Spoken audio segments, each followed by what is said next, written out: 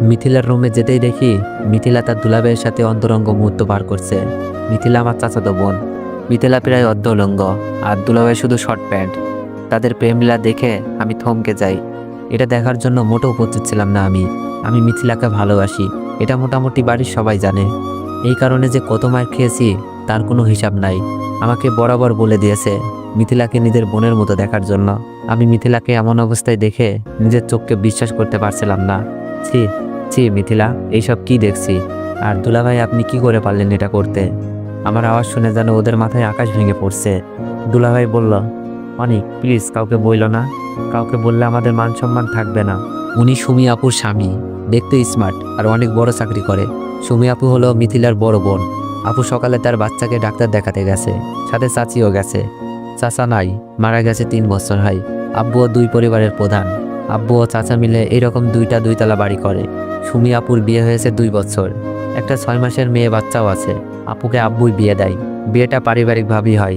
দুলাভাই আমার হীরের টুকরা, বাড়ির সবাই জানে, কিন্তু তার চরিত্র যে এত খারাপ আমি নিজেও ভাবতে পারছি না। আর মিথিলা এটা কীভাবে করলো?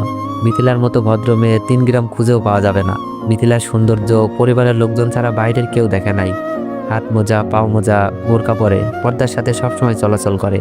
কিন্তু আজ সেই মিথিলার একই হাল দেখছি। চুপ করেন আপনি, লজ্জা করে না? আবার কথা বলেন। আর মিথিলা, তুই না পর্দা করিস, কোনো পরপুরুষের সামনে যাস না, এই তোর পর্দার আড়ালের চেহারা? আমার কথা শুনে মিথিলা কিচ্ছু বলছে না, নিজেকে ঢেকে শুধু কেঁদেই যাচ্ছে। তোর জন্য তো পুরো পদ্মাশীল নারীর সম্মান নষ্ট হলো। কি দরকার ছিল পর্দা করার? পতিতা পল্লীতে গেলেই তো পারতিস। এই মিথিলাকে যখন আমি বলতাম, মিথিলা আমি তোকে ভালোবাসি, তোর জন্য সব করতে পারবো, তখন মিথিলা আমার চরিত্র নিয়ে কথা বলতো আর আব্বুকে বলে আমাকে মার খাওয়াইতো। মিথিলা কান্না করতে করতে বলল, অনিক কাউকে বলিস না প্লিজ। মিথিলা, আমি যখন তোকে ভালোবাসি বলতাম, তুই আমার চরিত্র নিয়ে কথা বলতি, আব্বুর কাছে মার খাওয়াইতি। আজ তোর আসল রূপটা দেখুক সবাই। আর দুলা ভাই, আপনাকে আর কি বলবো। আমি রুম থেকে বের হয়ে যাচ্ছিলাম, ওদেরকে যতই বলি রূপ দেখিয়ে দিব, কিন্তু সুমি আপুর সংসারটা কি হবে? আর একটা 6 মাসের মেয়েও আছে তাদের। আর মিথিলা তো আমার চাচাতো বোনও, যাকে আমি ভালোবাসি, তার সম্মান কি করে নষ্ট করি? দুলাভাই মাথা নিচু করে বসে আছে। আমি বললাম, দুলাভাই আপনি এখন এখানে বসে আছেন? আমার কথা শুনে দুলাভাই রুম থেকে বেরিয়ে যায়। আমি বললাম, মিথিলা অন্তত তোর কাছ থেকে এটা আশা করি নাই, কাজটা কিন্তু বেশি ভালো করিস নাই। বলেই যখন রুম থেকে বের হতে যাব, দেখি দরজা আটকানো। মিথিলা চিল্লাতে শুরু করে দিছে, অনিক আমাকে ছেড়ে দে প্লিজ, আমার এত বড় সর্বনাশ করিস না, আমি তোকে ভাইয়ের মতোই ভাবি। অনিক না প্লিজ। মিথিলার কাণ্ডে আমি বাকরুদ্ধ। সেই সুযোগে মিথিলা ভিতর থেকে দরজা আটকিয়ে দিছে। আমি কথা বলতে পারছি না, গলা দিয়ে আওয়াজও বের হচ্ছে না, মনে হচ্ছে হাত পা সব বেঁধে রেখেছে কেউ। অনিক তুই আমার এত বড় সর্বনাশ করিস না প্লিজ, আমি তোর পায়ে পড়ি। মিথিলা তার কাপড় চোপড় ছিঁড়তে লাগলো, প্রায় অনেক অংশ ছিঁড়ে ফেলছে। আমি অনেক কষ্টে মুখ থেকে বের করলাম, মিথিলা কি হচ্ছে এইসব? মিথিলা অনেক জোরে চিল্লাচার বলছে, কেউ বাঁচাও, অনিক প্লিজ ছেড়ে দে, আমি যেখানে ছিলাম সেখানেই দাঁড়িয়ে আছি। মিথিলার এমন কাণ্ডে শরীরের শক্তি হারিয়ে ফেলেছি। বাইর থেকে দরজা ধাক্কাতে লাগছে দুলাভাই, আর দরজা খোলার জন্য চিল্লাতে লাগলো। দুলাভাইয়ের চিল্লানি শুনে আব্বু আম্মু ভাইয়া ভাবি সবাই মনে হয় চলে এসেছে।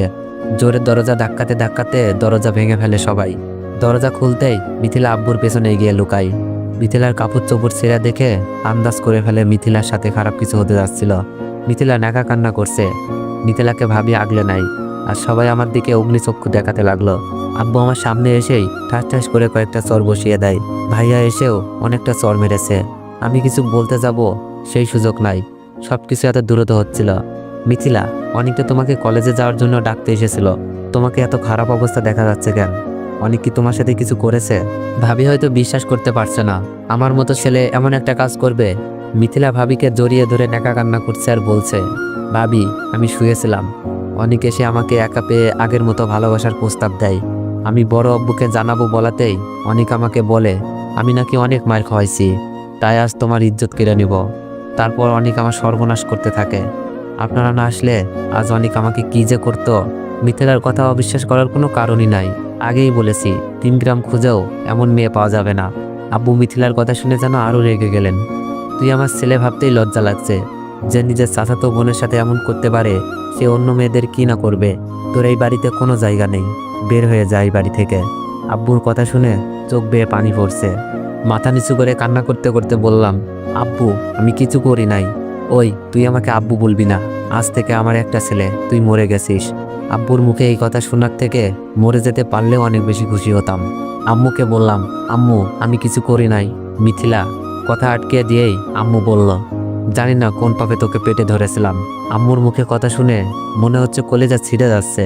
আর কাকে বলবো, যেখানে আমার গর্ভধারিণী মাই বিশ্বাস করলো না, আমাকে কিছু বলতেও দেয় নাই। আমি দুলাভাইয়ের দিকে তাকালাম, মুখে শয়তানি হাসি। আর মিথিলা এখানে নেকা কান্না করছে। সুমি আপু চলে এসেছে, যার আদরে আমার বড় হওয়া, যে আপুটা আমাকে আপন ভাইয়ের মতো ভালোবাসে, আমাকে এখনো মুখে খাবার তুলে খাওয়ায়, সেই আপুটাও সবকিছু শুনে কান্নায় বুক ভাসাচ্ছে। আজ আমি আপুর চোখও খারাপ হয়ে গেলাম।